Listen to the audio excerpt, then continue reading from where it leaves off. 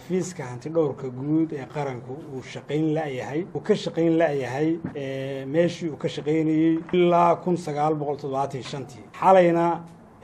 gaarigayga waxa loo diiday inuu soo galo madaxtooyada la isku dayay in aniga iyo gaarigayga dib loo geysto ilaa haddana gaarigayga dhibka ku yaalo qaalihii saakay shaqo tagi lahaa oo aadi lahaa wasaaradaha inay soo baaraan in loo diiday inay soo galaan kana baxaan madaxtooyada oo ah meeshii ay 1975 ilaa hadda ay degan yihiin maamulka markii aan wareysanayna la isku wareystay in aan loo ogolayn in ay ka shaqeeyaan ma annagay gaar noo tahay inaad shaqadayda xanibtaan markaan la yiri waa xanibaad shaqo ayaa nala ku hayaa shaqadii qaranka aan u haynay iyo baaristii aan u haynay waxa galay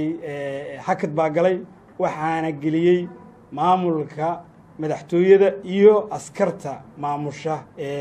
meesha laga galo laga soo baxo madaxtooyada waxa weeye noloshayadii iyo shaqadayadii baa halis ku jirta waana wax ayaan darro ah shaqo nadiifa oo hufan waddanka u qabta ayaanu islahayn baarlamaanka sharafta leh waxaan ka codsanaynaa iyo madaxweynaha iyo ra'iisul wasaaraha arrinta inay wax ka qabtaan waan shaqayn laanahay shaqadii qarankana hakad baa ku yimid aan u haynay haddaan hanti dhowrka xafiiskiisa nahay waxaa cad in aan waddankan la rabin inuu hore u maro isla xisaabtankana la meel mariyo transparency-ga iyo muxuu ahaa dib u dhiskana wax laga qabto in la isla xisaabtama la diidaya